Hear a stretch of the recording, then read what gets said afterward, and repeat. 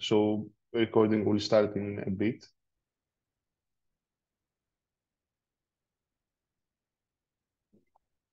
So hi again, the SIRENE capacity building workshop networking, learning the basics for enlarging your ecosystem. We'll have four sectors. So one is networking for social innovators. Then a successful example of a cluster, the CV cluster, will be presented. And we have here Rodrigo Rondon, our colleague from Valladolid. Then we'll focus on stakeholders management and communication. And at the end, we'll have an open discussion and a wrap-up sector. So please feel free to gather your questions for the end of the session or use the chat to paste there your questions.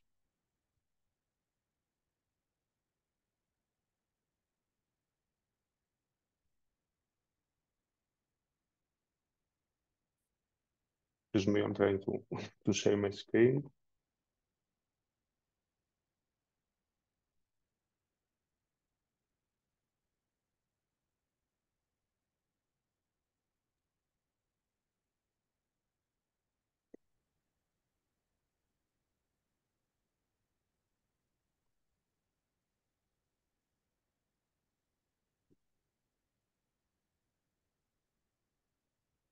So Okay. I hope you can see that. Okay. Yes, So Dimi is perfect. social innovation refers to the new solutions like products, services, models, markets, processes, and etc. that satisfy a social need more effectively than existing solutions, creating new or better capacities and relationships, a better use of assets and resources. Social innovations can come from many sectors of society and any actor, opening the door to the participation of social entrepreneurs, both from the private sector and the third sector, entrepreneurs and groups of citizens who, through collective actions, generate processes of social change.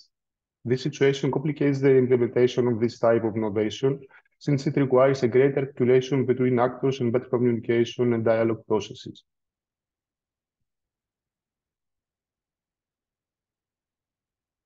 Collaboration is a key element for the development of social innovation and can be expanded through networks.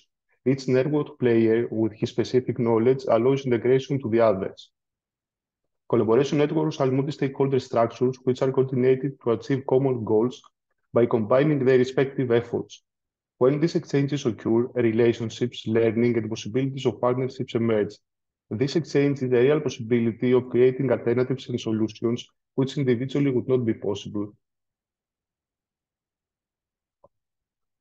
Collaborative networks offer great potential to generate social impact far beyond what an individual could achieve independently. However, for this network to be efficient, some essential elements are necessary. These are diversity of players connected with common goals, collaboration, believing in the importance of the established relationship or partnership, trust, partnerships or new relationships with common goals, leadership, empowerment of individuals to do their activities with autonomy, new social arrangements as a means of fostering social inventions, community governance, and collective power. And last but not least, sharing and transfer of knowledge. When interactively connected, these elements enable greater synergy between the processes and make the network more collaborative.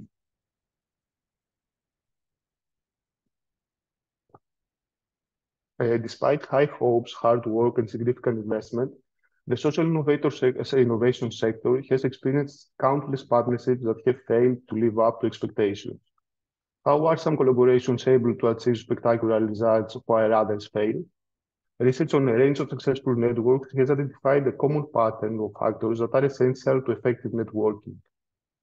First, focus on mission before organization. Effective networks build strategies that advance the mission, even when it does not result in direct benefits to their organization. Second, build partnerships based on trust and not control. Focus on shared values and trust rather than top-down controls and accountability systems. Third, promote others rather than yourself. Successful networks share credit and foregoing opportunities for individual advancement, institutional growth, and brand building. Fourth, but not least, building consultations rather than lone stars. Successful networks acknowledge their weaknesses as readily as their strengths. The goal is to build the largest system that is necessary for delivering on the mission, not to become the market leader. Sometimes you may wonder whether the time dedicated to communicating your impact is worthwhile, or maybe you have a question to whom you should communicate your impact. Or why do you need to invest resources to build this communication? The answer is because the impact communication benefits an organization in many ways. Let's see some of these reasons. You can gain more visibility and support for your ideas that your organization stands for. You will be able to showcase your expertise, encouraging discussion on important issues in your field. You will have the opportunity to attract more financial support in the future. And of course, you can obtain more cooperation partners, being also able to attract new members, employees, and volunteers. Now let's see how we can build a communication strategy. Before you choose appropriate communication tools, you should answer the following questions. What is your objective and why do you want to communicate your social impact?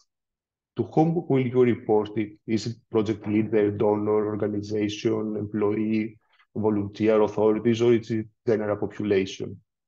What content is relevant and interesting for your intended audience? How often and on what occasions communication tools should be used? What type of communication can help you achieve your goal? And what kind of knowledge does your audience already have? Organizational communication can be internal or external. Internal communication occurs when the members, board, owners, employees, members, or volunteers of an organization exchange information with each other. External communication takes place when those members interact and communicate with an outside party, like stakeholders or target audiences. You need to keep in mind that high-quality internal communication is key to effective external communication. Before any message is passed on to external audiences, you should first find ways to inform the internal audience and get approval for wider communication. Your employees and members are ambassadors of your organization, and other audiences can turn to them to seek more information, approval, or rejection of any message.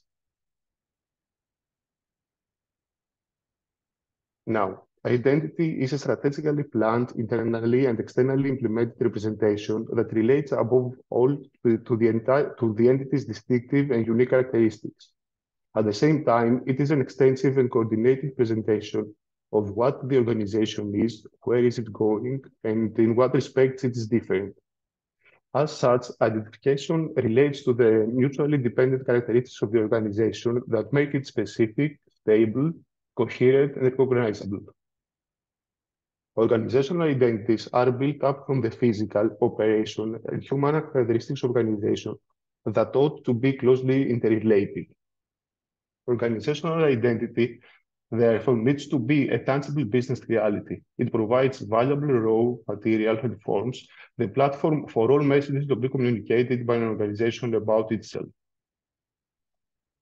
The management must at all times have a clear answers to the following questions. First, what is the desired position of the organization within its field? The management team has to decide in which domains it will operate, which functions the organization will perform, whether it will specialize or diversify, and what the scope and the size of the business will be.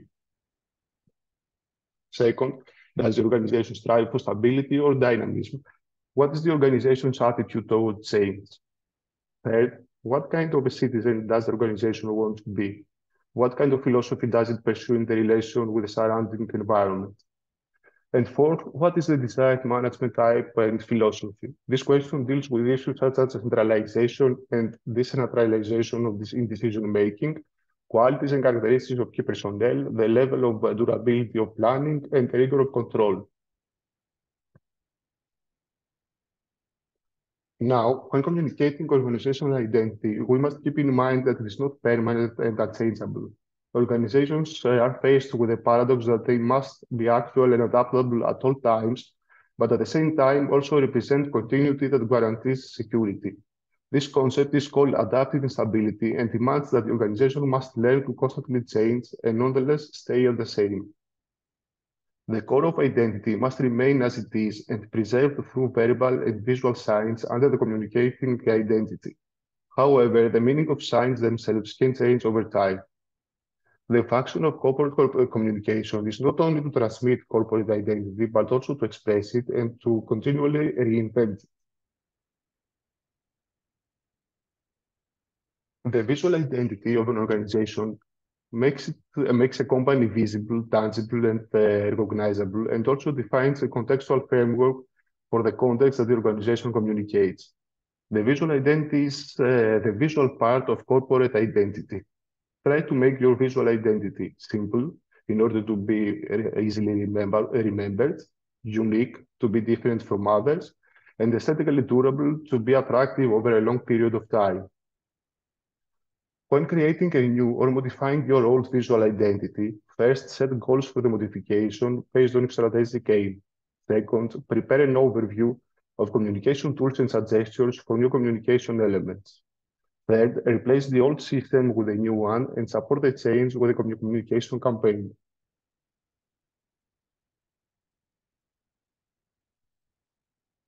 Stories are an integral part of human life. A good story and its narrative increases our attention and can include, overwhelm, and motivate a person to act.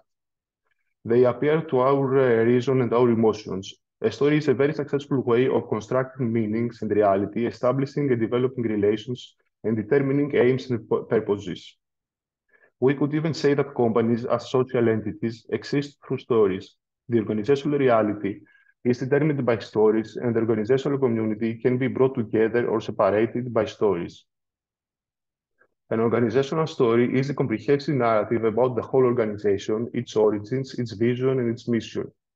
The story has to relate to a conflict, a problem, an opportunity, or a topic, because these are the elements that connect different characters into a story and into mutual relationships and call for a solution.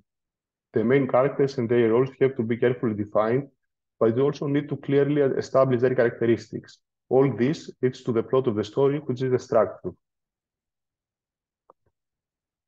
Organizations with corporate story and communication want to frame certain situations, attributes, choices, actions, issues, responsibility, and news. Let's see how an organizational storytelling framework can be formed. So we have the company as the main protagonist. We have stakeholders and other groups helping with the efforts of the organization and assistants. The organization's adversaries are the ones who oppose or limit the organization's behavior. The story object can be a goal or a plan for the organization. A donor or giver could be a group of stakeholders or a regulatory organ that gives the wanted goal. And the beneficiary would be the one who achieved what was wanted and the corresponding consequences.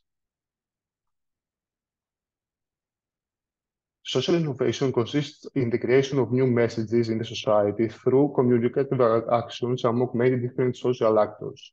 Exploitation of modern social media can foster and support social innovation for addressing a social problem, with each of these social media channels attracting different groups of citizens.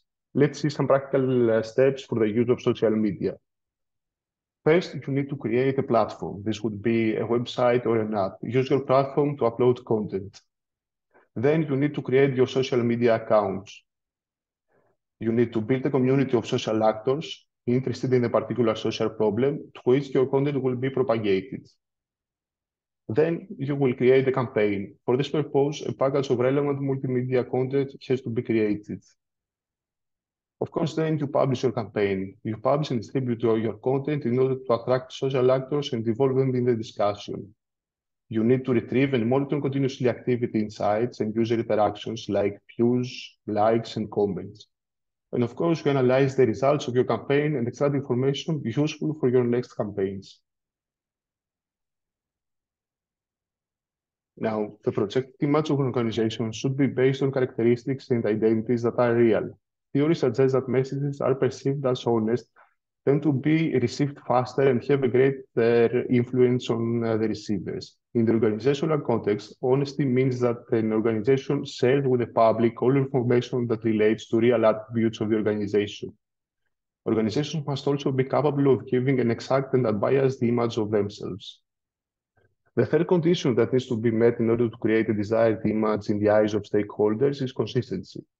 The more consistently the identity characteristics are expressed through time, the more stakeholders can create a stable image of the organization. Organizations must also make sure that their identity is authentic and that it has been a part of the company for a certain period of time. We need to evaluate our identity and behavior self-critically and need to be ready for constant improvements. Organizations should also work towards transparency and should be able to reveal all general information about them. We should be able to provide our stakeholders with all necessary information needed to evaluate the organization in order to satisfy their needs for information. Necessary pieces of information could be strategic or social goals, our current business in relation to these goals, and future goals and activities undertaken to achieve desired results.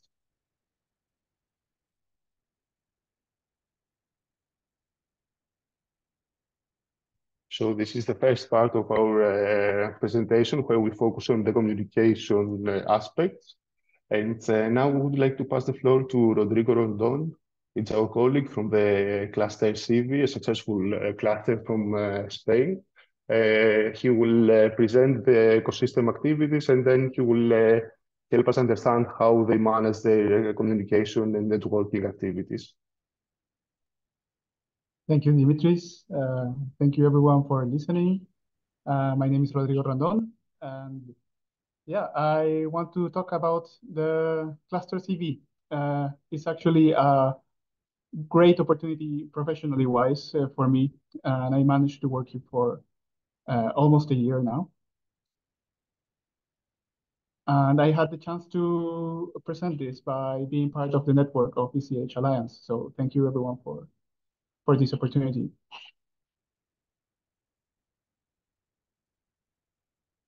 All right, so networking and communications activities, actually a topic that I attend many times, even though it's not my main function, but I would say communication is the job of everyone in any organization.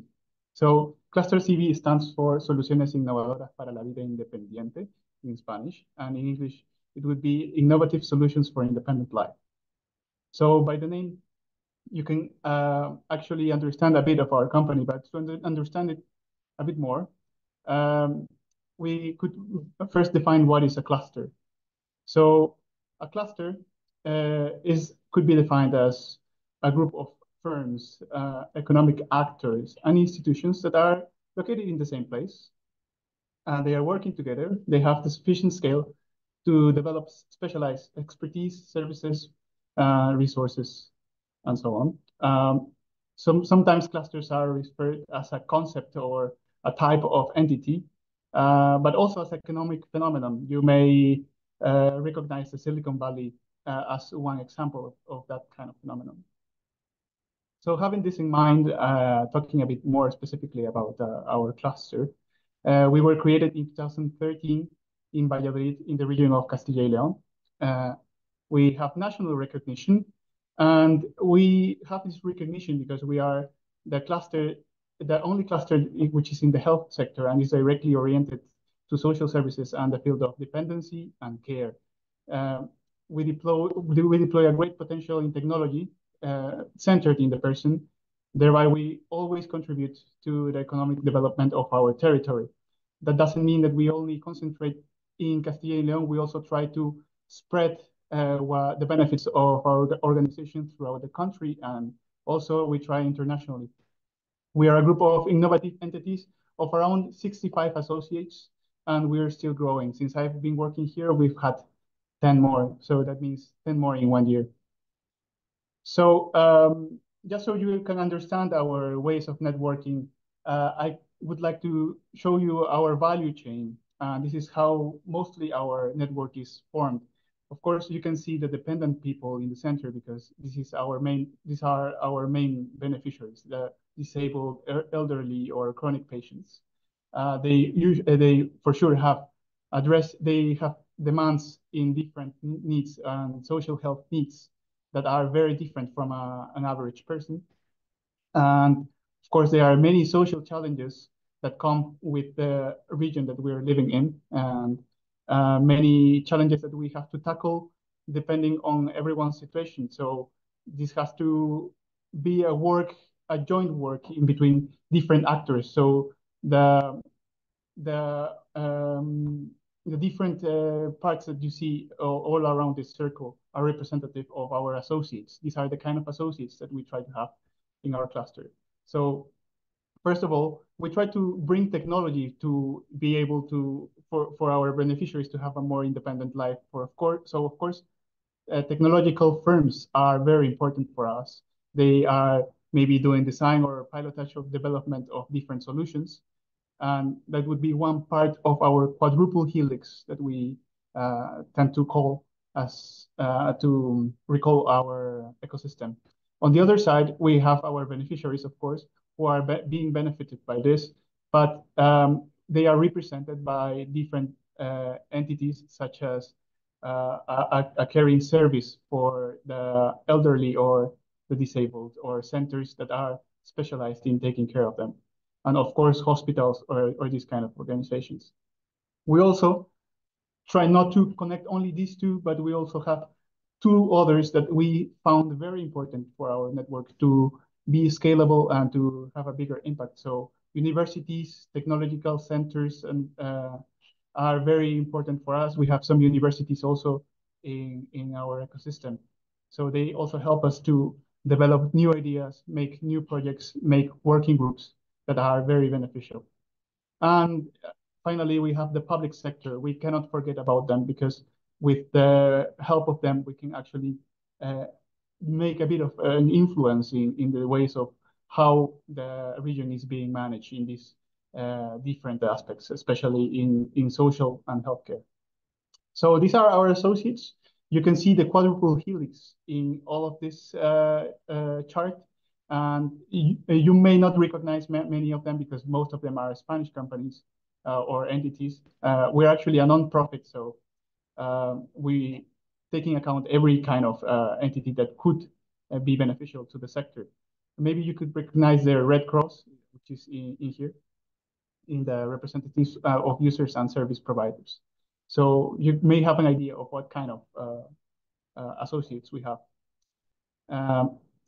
Some relevant projects that we have in Cluster City are these. I don't want to go too much in depth with them, but the international one is Revital, which is part of Interreg Sudoe call. It was an open call in which we are gratefully granted to be coordinated in this project, and it's a project about rehabilitation services.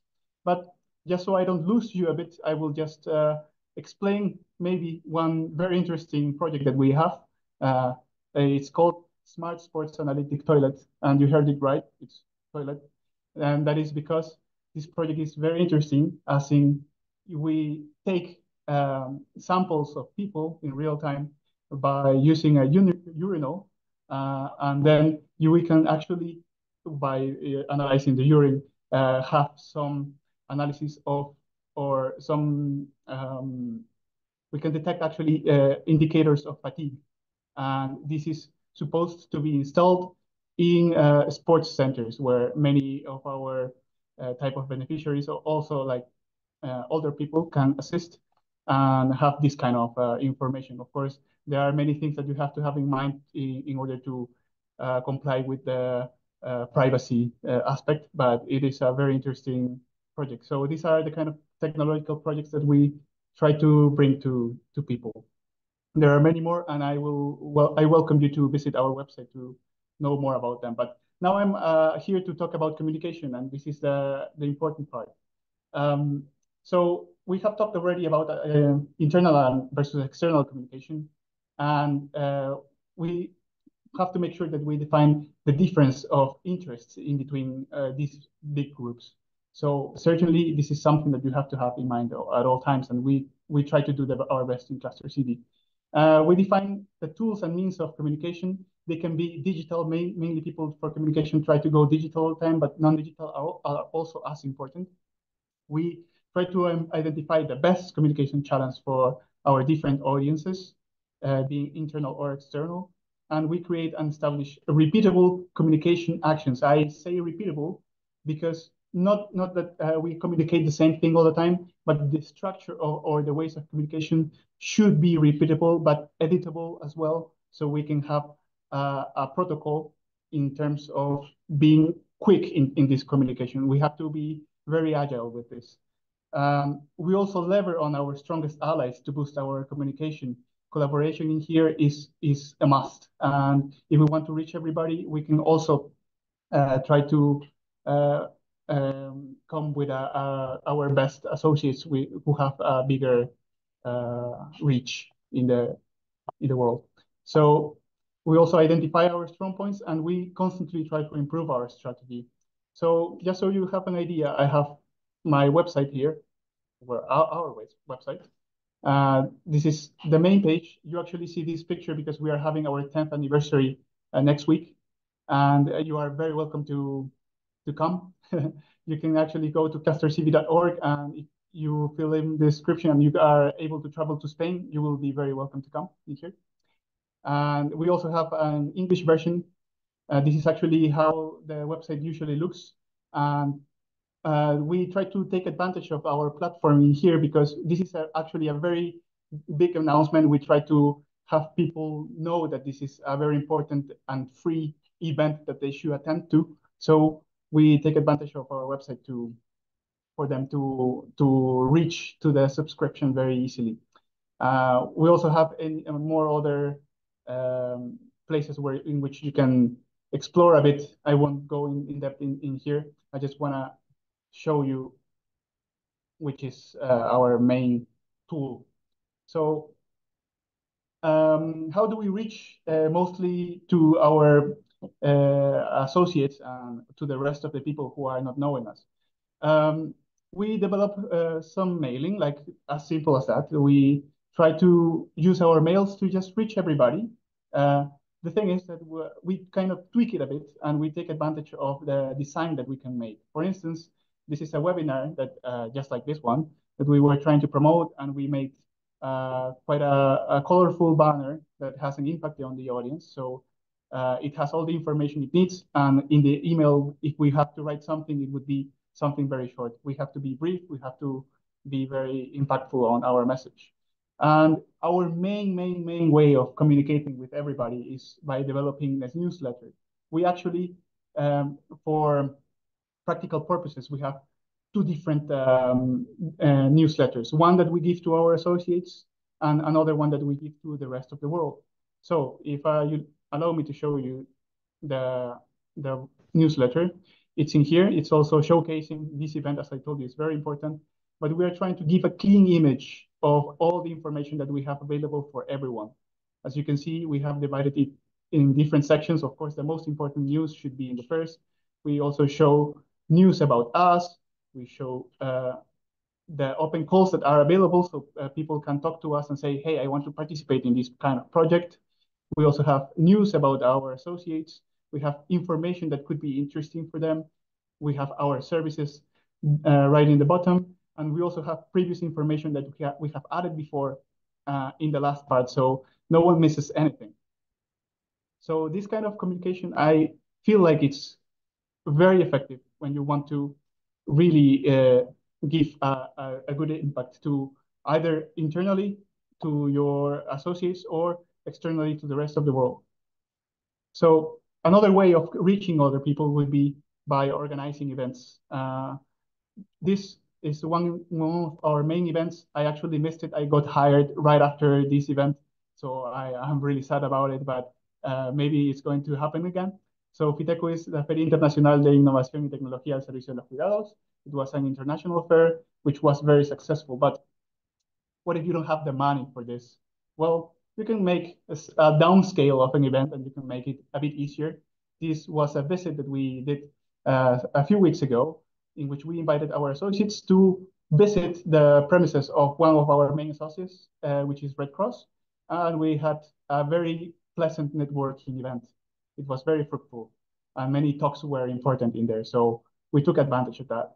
But what if you don't even have the time for this? Well, you can organize a webinar just like we're doing right now. It's also a new opportunity to connect people and have a good impact.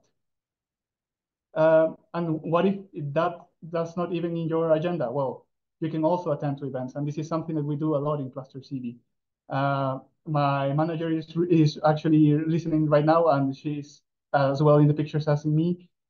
She's always pushing us to go everywhere, jump in the pool, meet people, talk with them all the time, and be able to always have the face of our brand and our collaboration network available for everyone. So am I capable of maintaining these actions? If I see this picture right now, I actually get overwhelmed. This is too much for me. So how can you actually make it easier for your entity? Well, I would like to say that maybe it's not as difficult as it is because you can use a compounding effect. You can actually make some little efforts from time to time along the time. So if it's constantly done, then in the future it would be fruitful, as in you make practice of these different actions, and then with time, with consistency of how you're doing, and of course a lot of feedback, you would be able to do it. I'm saying this because we are actually a team of 5 people, and we are able to do all of these actions at the same time.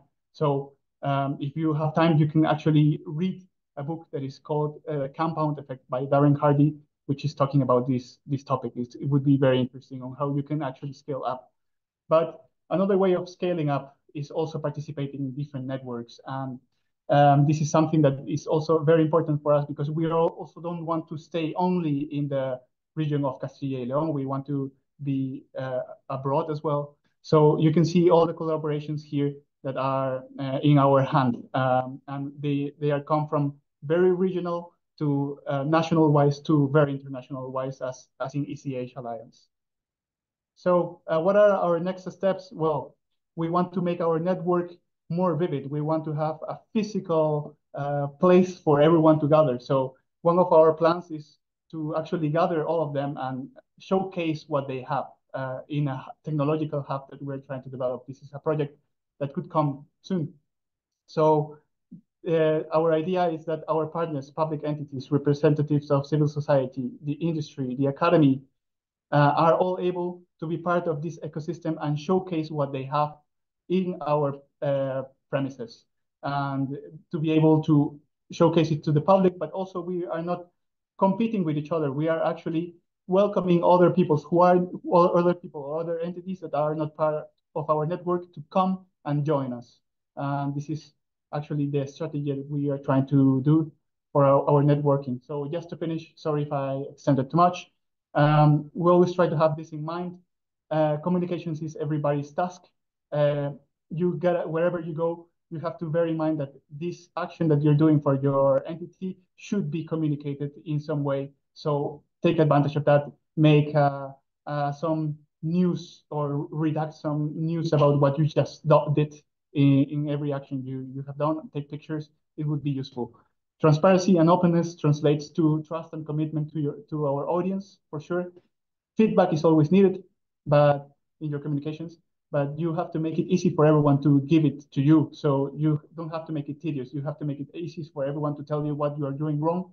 And of course, you can improve out of that. Try promoting your collaboration and idea exchange whenever you can. If you have your people, the people who are working with you gathered in one place, try to make it useful and make them collaborate with each other. Keep yourself informed, for sure, but mainly be active, smile, and take pictures, because the people or the person who is in charge in communications is going to thank you a lot for this, because he will have material to just spread the word everywhere. So just with this, muchas gracias. Thank you very much for your time.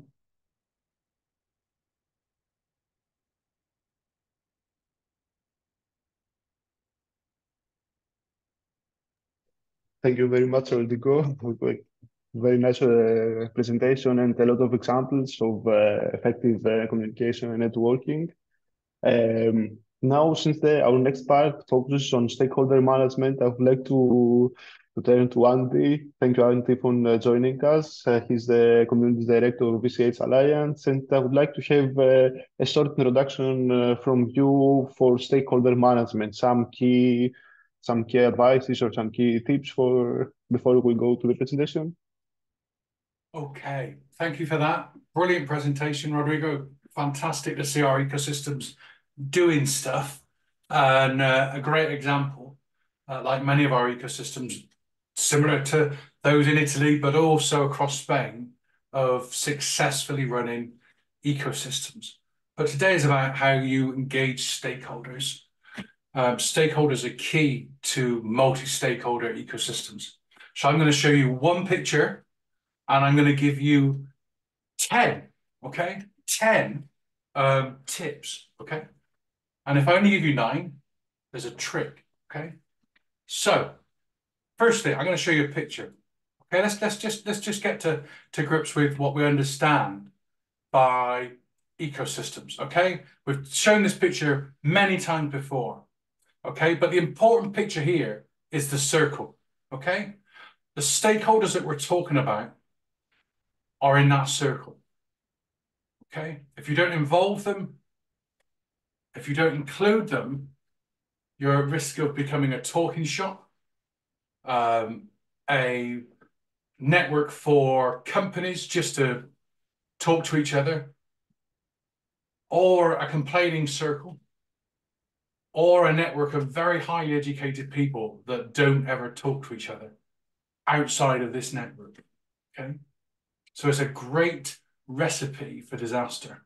So by including as many of those stakeholders as you can from different types of stakeholders, you're more likely to keep stakeholders engaged.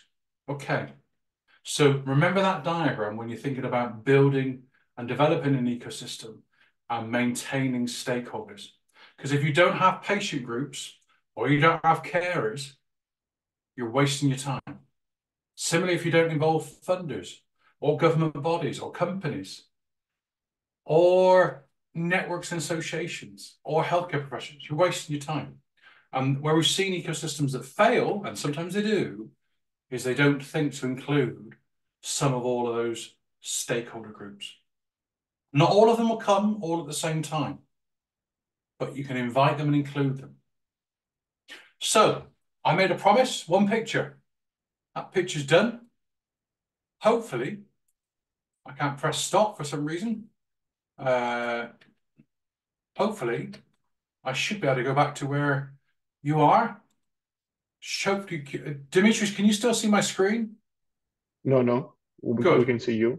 Wonderful. So I made a vague promise to give you 10 tips, okay? 10, okay? So first thing, whenever you're involving stakeholders, always lead with a need, okay? Quite tempting sometimes if you've got a sponsor or an exciting piece of technology to start with that. But I always say to people, lead with a need, okay?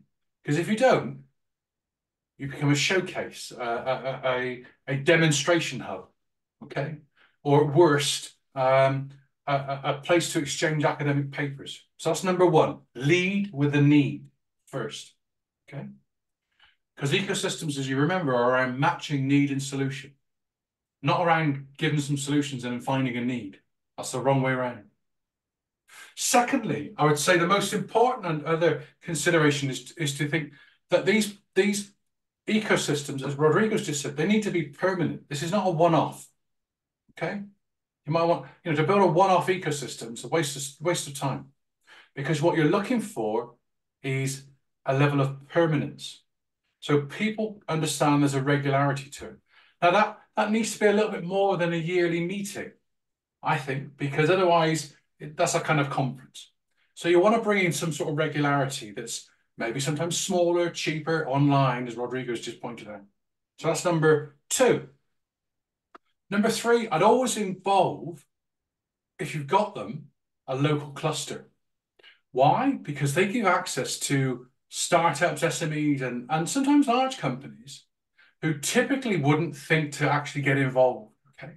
And quite often, when we've seen ecosystems that fail, they stay away from dealing with companies.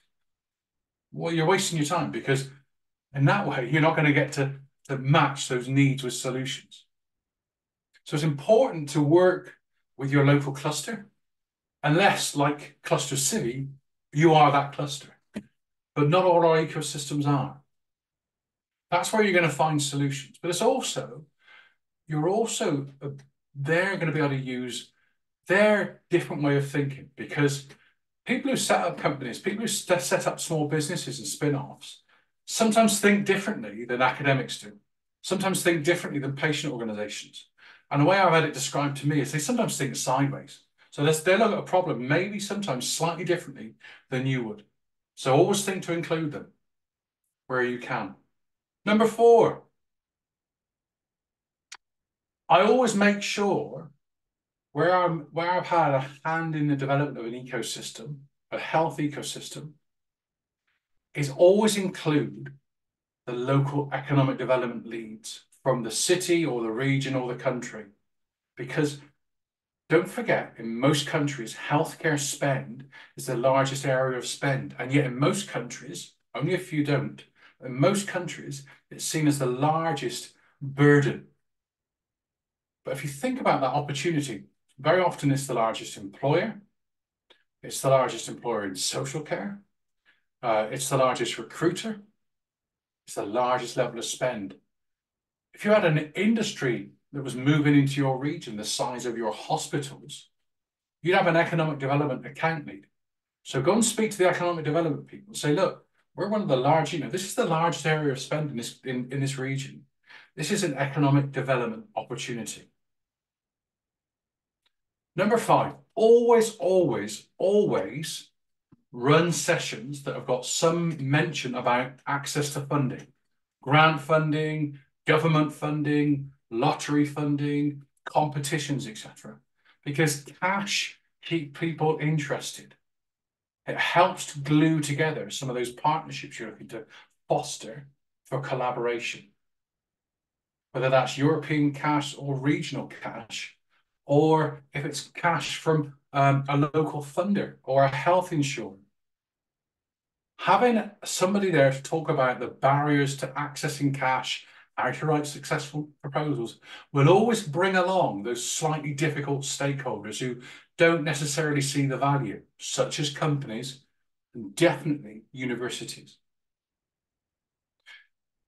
Number 5, this is slightly different. I always say to people, Rodrigo made reference to just now, always think about using LinkedIn to create your community virtually as well as physically. So adding people to a LinkedIn group for your ecosystem, creating a LinkedIn group is really, really helpful. But it's a great way of engaging with people and driving the conversation. It's not just about hitting impressions or getting likes, but and I largely would ignore at the moment using Twitter. But that's my issue, not yours. But think about using LinkedIn as a way of growing your local stakeholder community, because they will then be able to better connect with each other using your ecosystem page. Number 7, as an ecosystem, we learned this at our peril with ECH Alliance. And this is a lesson hard learned, easily forgotten, which is don't be noisy. Because we get so much bombarded towards us, emails and WhatsApp messages and Twitter messages and LinkedIn, etc. Make sure your messaging, like Rodrigo's, was very, very clear. But, you could actually see what was going on without having to kind of read the detail. So be clear, but not too noisy with your messaging. That helps people not press the unsubscribe button. And if you built a community, we've got of maybe 20,000 people, to maintain that level of people when they start to unsubscribe is hard. So you need to keep people interested. So keep fresh, as Rodrigo said, but also don't be too noisy. The other thing I'd say was, if you think about some of our ecosystems, one of the main drivers behind when they're really successful is ensure that you actually do things. Because what people really don't want to do is turn up and listen to old Andy Bleeden talk yet again about his exciting paper on health research for the 7th time. Do stuff. These are not talking shops. Remember, ecosystems are there to transform healthcare, especially using digital. And also, number 9, don't forget, everybody needs an opportunity to be heard. So don't give people lip service. So if you've got stakeholders that have come along to your ecosystem, include them, include their voice. That might be a small network, it might be a small patient group, but hear them. Because if you don't, they won't turn up. And if you lose that voice, you've lost that stakeholder group permanently. And they're really hard to re-engage. And lastly, this is the 10th point. It's also the same as the first point. Go back to that idea that ecosystems must lead with the need. That's enough from me, Demetrius. Back to you. Thank you very much, Andy. All these were very useful insights and interesting advice for people to how to manage stakeholder communication and networking as ecosystems or clusters. So I think we could go to the Q&A section and see if there are any questions for either Andy or Rodrigo.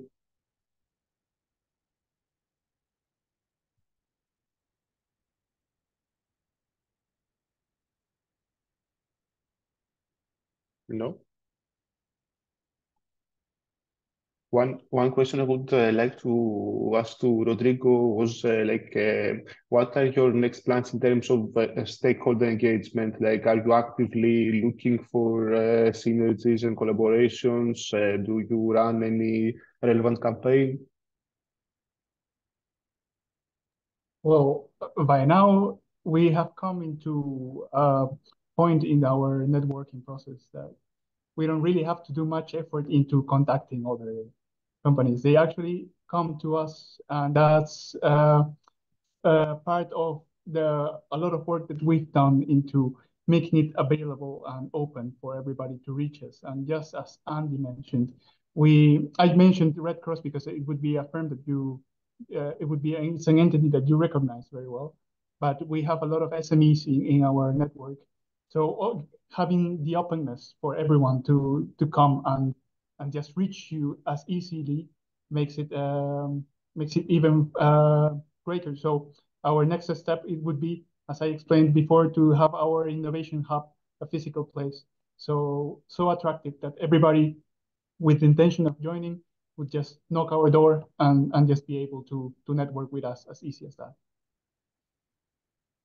Thank you, Rodrigo. Yes, Maybe I have a question for Rodrigo. You said that you have like 65 associates, in your network, and I was curious about, do you use any method or tool to understand the level of engagement that they have? To gather feedback from them regarding, how the cluster works. Yes, of course. Let's come to the reality of every network. There are some people or some entities that are way more engaged with you and some others that are just in the background, just listening. So being very open to have the information very well paced in your main channels is what we try to have. So I would say that our website would be one of our main assets, but also the newsletters, and we try to specifically have the enough openness for them to be able to be part of that communication and not also see our information, the things that we're trying to promote, but also pushing them a bit so they can promote what they are doing and promote what kind of events they are having. So we actually try to connect them that way as well. So I would say that those are our main ways, our newsletter and the website.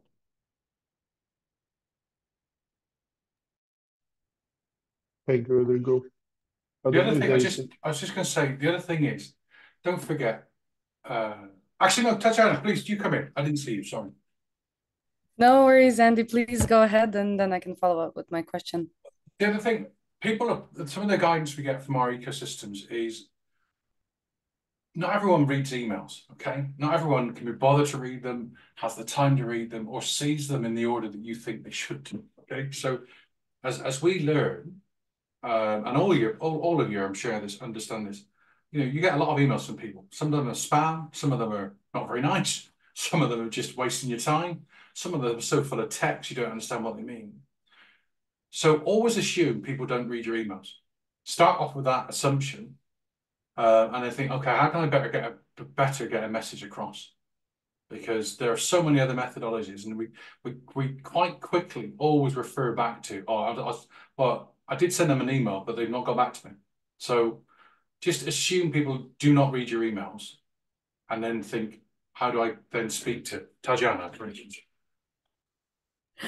Thank you very much, Andy. I would like to actually come back to something that you mentioned in regard to creating a community on LinkedIn, but also what Rodrigo was talking about stakeholder engagement and communication in general. So I will not comment much on Twitter, but I was wondering if you have created communities on some platforms which are alternative to Twitter. And if yes, what is the stakeholder engagement there? Do you see your target audiences there? Is it more difficult to engage them, or like any thoughts on this? We've used a couple of others. So we've used YouTube, but that's usually a repository.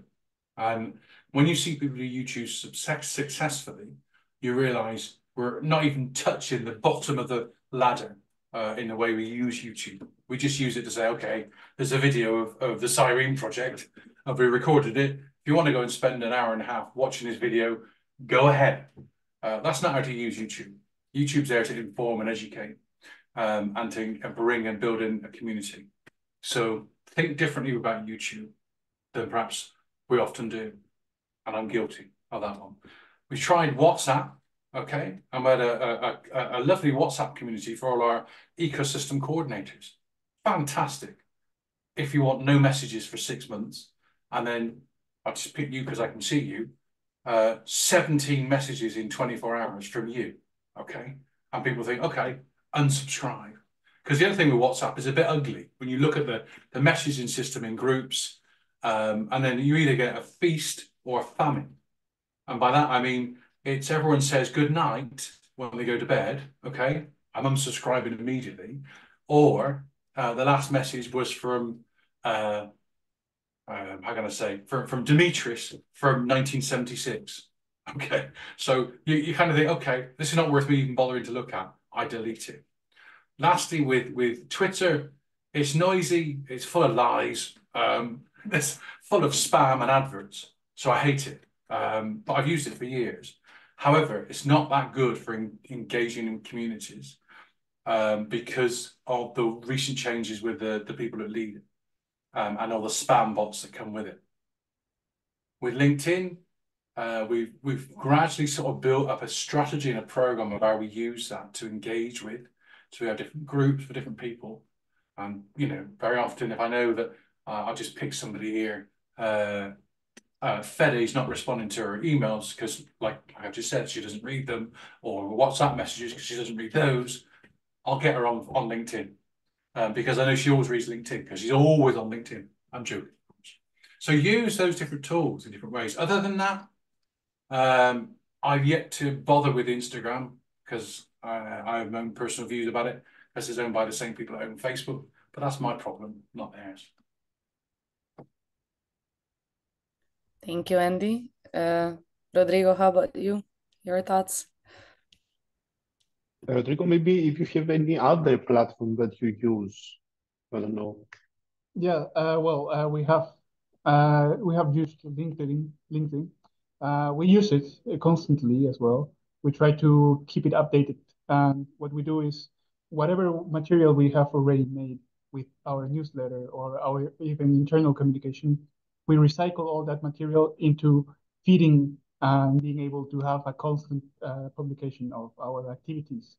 Though we have not engaged so much people, but we are accessible in that way. We have been contacted by other companies or other interesting actors in the sector by LinkedIn. So maybe the noise that we make or the information that we give out is reached by somewhere else, but they know that with LinkedIn they can reach us. Also, we tried to, or we are thinking about going in YouTube, but not. We have videos on YouTube where we have webinars as well. It's not so with material, but we are trying to develop it. But we actually want to maybe take advantage of new trends, as in YouTube Shorts. I don't know if you are caught up with that trend so much that you cannot really go outside of it. Well, applying that to this sector would be something that would be a bit of a challenge, but we are trying to maybe do some short videos of whatever we are doing, and then maybe that has a bigger, precise, strong impact on people. Thank you very much both for your responses. Do we have any other question? I guess no. So I think we can close here the session. Thank you very much, Rodrigo, for joining us. Thank you, Andy, for all your insights. See you in the next capacity building webinar from the SIRENE project. Thank you very much for the opportunity. Thank you, everyone. Thank you, Have a Rodrigo. nice evening. Bye. Thank you, Thank Andy. you. Gracias.